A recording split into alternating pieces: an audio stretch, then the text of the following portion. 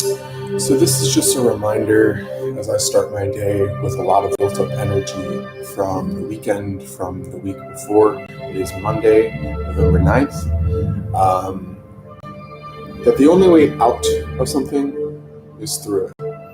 The only way to be free of pain and free of stress is to acknowledge it and to shake its hand and to go through it. And that's so much easier said than done. So what I like to do before I start my day is to just sit in reverence of life, preferably facing the sun or where there's sunlight. You can kind of get the intake of the natural world as opposed to fluorescent lights or inside the house, and really just sit with a straight spine.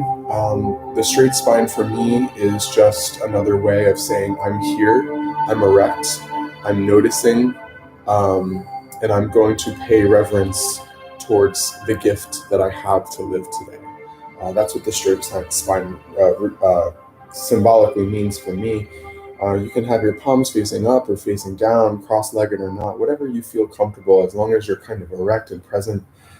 And you just kind of gaze out and just breathe and let your breath be the facilitator of things to move, the mobilization in your body. So you are you're stable in your form and you're mobile in your breath. And what that's going to allow is all of these thoughts, things that you haven't paid mind to, because what happens is when we put things back down in the body and we push them back in, they still are there. They still exist.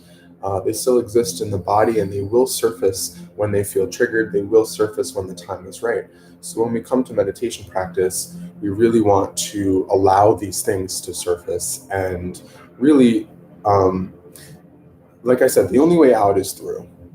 The only way out of something that you know is not helping you or not allowing you to achieve peace in your life is to witness it, to kind of purify it by fire.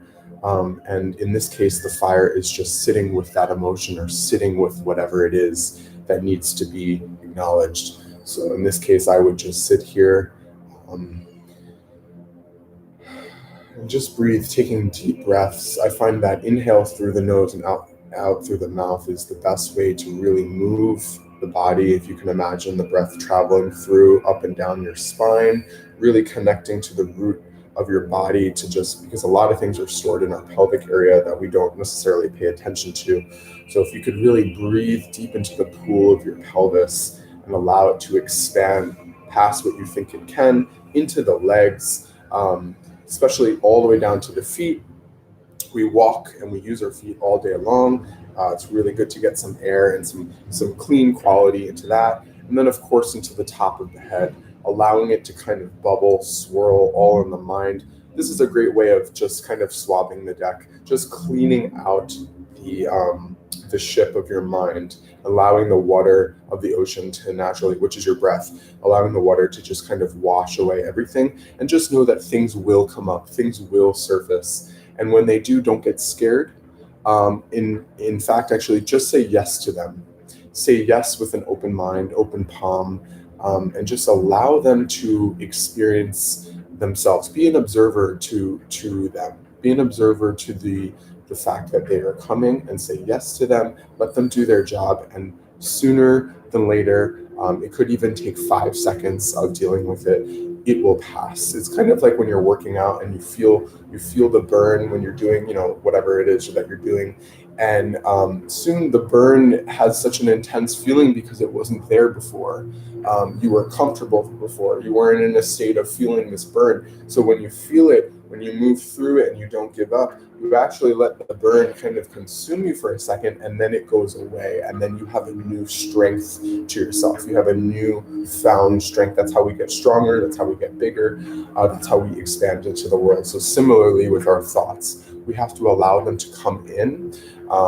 We have to observe them, and then we have to peacefully allow them to do whatever they're going to do and trust that they will exit. And I'm 100% positive that if you try this or practice this or build on this into your day, you will allow all these things to come up, and let them out so that you can start your day with a clean canvas. And things will, of course, be still accumulating and still left there. You will still pick up things throughout the day, but it's just important to know that this is a tool that you can do at any point in the day if you want to get a clean canvas. So that's all I have today. The only way out is through.